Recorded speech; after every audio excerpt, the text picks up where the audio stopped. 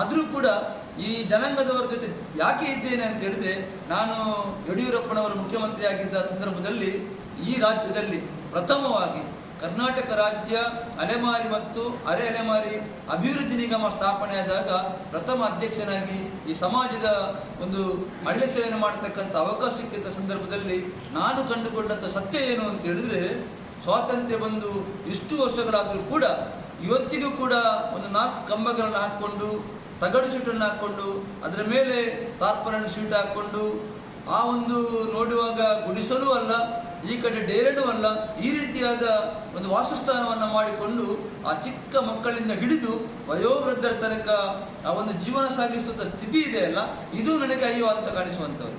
ಈ ಒಂದು ಸಮಾಜವನ್ನು ಇತರ ಸಮಾಜಗಳಂತೆ ಒಂದು ಮುಖ್ಯವಾಹಿನಿಗೆ ತರಬೇಕು, ಒಂದು ಸ್ವಾಭಿಮಾನದ ಬದುಕನ್ನು ಕಟ್ಟಿಕೊಳ್ಳತಕ್ಕಂಥ ವ್ಯವಸ್ಥೆಗೆ ತಂದು ನಿಲ್ಲಿಸಬೇಕು ಎಂಬ ನಿಟ್ಟಿನಲ್ಲಿ ನಾನು ಸ್ಥಾಪಿಸಿದಂಥ ಈ ಒಕ್ಕೂಟ ಅಲೆಮಾರಿ ಮತ್ತು ಅರೆ ಅಲೆಮಾರಿ ಜನಾಂಗಗಳ ಒಕ್ಕೂಟ.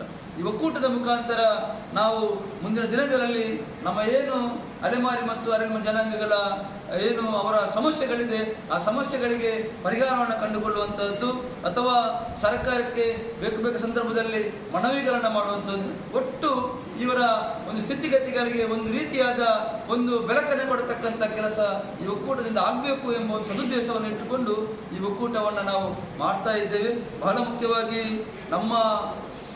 ನಮ್ಮ ಅಲೆಮಾರಿ ಜನಾಂಗದವರ ಬಹಳಷ್ಟು ಬೇಡಿಕೆಗಳಿವೆ. ಆ ಬಹಳ ಮುಖ್ಯವಾಗಿ 1ನೇ ಬೇಡಿಕೆ ಏನು ಅಂತ ಹೇಳಿದ್ರೆ, ನಮ್ಮ ಅಲೆಮಾರಿ ಜನಾಂಗದವರು ನಾನು ಆಗ ಹೇಳಿದಂತೆ ಕಳೆದ 10 ವರ್ಷಗಳಿಂದ ಇವತ್ತು ಅಲೆಮಾರಿ ಜನಾಂಗ ಅಂತ ಹೇಳಿದ ತಕ್ಷಣ ನಮಗೆ ಡೇರೆ, ಗುಡಿಸಲು ಈ ರೀತಿ ಕಣ್ಣಿ ಕಾಣುವಂಥದ್ದು. ನಾವು ನೋಡ್ತಾ ಹೋದಂಥ ಸಂದರ್ಭದಲ್ಲಿ ಪ್ರತಿ ಜಿಲ್ಲೆಯಲ್ಲಿ, ತಾಲೂಕಲ್ಲಿ, ಗ್ರಾಮದಲ್ಲಿ ಕಾಣಸಿಗುವಂಥದ್ದು ಉಡುಪಿ, ದಕ್ಷಿಣ ಕನ್ನಡ ಜಿಲ್ಲೆ 2 ಜಿಲ್ಲೆಯನ್ನು ಬಿಟ್ಟರೆ, ಈ ಉಭಯ ಜಿಲ್ಲೆಗಳನ್ನು ಬಿಟ್ಟರೆ ಬೇರೆಲ್ಲ ಕಡೆಗಳಲ್ಲಿ ಕೂಡ ಅಲ್ಲಿ ಬೀದರು, ಕಲಬುರಗಿ, ಯಾದಗಿರಿ, ನಮ್ಮ ರಾಯಚೂರು, ನಮ್ಮ ತುಮಕೂರು, ರಾಮನಗರ, ಚಿಕ್ಕಬಳ್ಳಾಪುರ, ಕೋಲಾರ ಈ ಭಾಗದೆಲ್ಲ ಹೋದಾಗ ನಮಗೆ ಅಲೆಮಾರಿ ಜನರು 46 ಜಾತಿ ಜನಾಂಗದ ಗೊಲ್ಲ ಸಮಾಜ, ಜೋಗಿ ಸಮಾಜ, ಗಿಸಾಡಿ ಸಮಾಜ, ಸಿಲ್ಲೆಕ್ಯಾತ್ ಸಮಾಜ, ನಮ್ಮ ಬೈಲ್ಪತ್ತಾರ್ ಸಮಾಜ, ಗೌಂದರಿ ಸಮಾಜ, ನಮ್ಮ ಬುಡಬುಡಿಕಿ ಸಮಾಜ, ಕುಚ್ಚಲಗುಂಟ ಸಮಾಜ, ನಮ್ಮ ಹಾವಾಡಿಕ ಸಮಾಜ, ದರ್ವೇಶ್ ಸಮಾಜ, ಈ ರೀತಿ 46 ಜಾತಿ ಜನಾಂಗದವರು ನಮ್ಮ OBC ಅಥವಾ ಹಿಂದುಳಿದ ವರ್ಗದ ಈ ಸಮಾಜದಲ್ಲಿ ಬರತಕ್ಕಂಥ ಸಮಾಜದವರು ನಮಗೆ ಕಾಣಲಿಕ್ಕೆ ಸಿಗ್ತಾರೆ. ಆ ಒಂದು ಸಮಾಜದವರ ಧ್ವನಿಯಾಗಿ ನಾವು ನಿಲ್ಲಬೇಕು, ಈ ಒಂದು ಸಮಾಜದ ಜನರನ್ನು ಮುಖ್ಯವಾಹಿನಿಗೆ ತರಬೇಕು ಎಂಬ ನಿಟ್ಟಿನಲ್ಲಿ ನಾವು ಈ ಒಕ್ಕೂಟದ ಮೂಲಕ ಕೆಲಸವನ್ನು ಮಾಡ್ತಾ ಇದ್ದೇವೆ. ನಾವು ಸರ್ಕಾರದ ಮೂಲಕ ಇಡುವಂಥ ಸಂದರ್ಭದಲ್ಲಿ ಇವತ್ತು ಅಲೆಮಾರಿ ಅಭಿವೃದ್ಧಿ ನಿಗಮ ಇದೆ. ಇನ್ನೂ ಕೂಡ ಅಲೆಮಾರಿ ಅಭಿವೃದ್ಧಿ ನಿಗಮಕ್ಕೆ ಅಧ್ಯಕ್ಷರನ್ನೇ ನೇಮಕ ಮಾಡಿದೆ ಸರ್ಕಾರ. ಕೂಡಲೇ ಅಲೆಮಾರಿ ಮತ್ತು ಅಲೆಮಾರಿ ಜನಾಂಗದ ನಿಗಮಕ್ಕೆ ಅಧ್ಯಕ್ಷರನ್ನು ನೇಮಕ ಮಾಡಬೇಕು. SC/ST ನಿಗಮಕ್ಕೆ ನೇಮಕ ಮಾಡಿದ್ದಾರೆ. ನಮ್ಮ OBC ಅಭಿವೃದ್ಧಿ ನಿಗಮಕ್ಕೆ ಇನ್ನೂ ಕೂಡ ಅಧ್ಯಕ್ಷರನ್ನು ನೇಮಕ ಮಾಡಿಲ್ಲ. ಇನ್ನೂ ಕೂಡ ಅಲ್ಲಿ ಯೋಜನೆಗಳು ಯಾವುದೇ ಸ್ಪಷ್ಟತೆ ಇಲ್ಲ.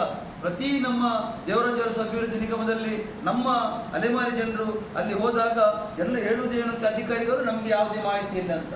ಇದನ್ನು ನಾವು ಸರ್ಕಾರ ಸೂಕ್ತವಾದ ಅದಕ್ಕೆ ಕ್ರಮವನ್ನು ಕೈಗೊಳ್ಳಬೇಕು.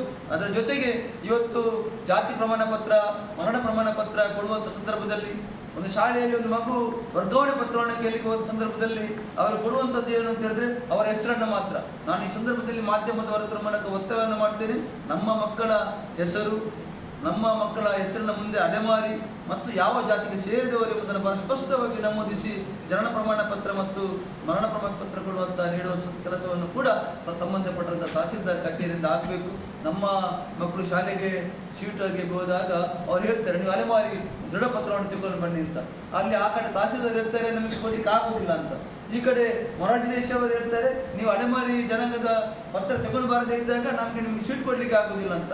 ಒಂದು ರೀತಿಯಾದ ಅಡಕತ್ತರಿಯಲ್ಲಿ ಸಿಕ್ಕತಕ್ಕಂಥ ಪರಿಸ್ಥಿತಿ ನಮ್ಮ ಅಲೆಮಾರಿ ಜನರ ಮಕ್ಕಳಿದೆ. ಇದು ನೋಡಿ ಬಹಳ ಮುಖ್ಯವಾದಂಥ ಕೆಲಸ. ಇವತ್ತು ಮಕ್ಕಳು ಅಲೆಮಾರಿ ಜನರು ಮುಂದೆ ಬರಬೇಕಾದ್ರೆ ಶಿಕ್ಷಣ ಬೇಕು. ಶಿಕ್ಷಣ ಪಡೆಯಲಿಕ್ಕೆ ಹೋದಂಥ ಈ ರೀತಿಯಾದ ನೀತಿ ನಿಯಮಗಳು.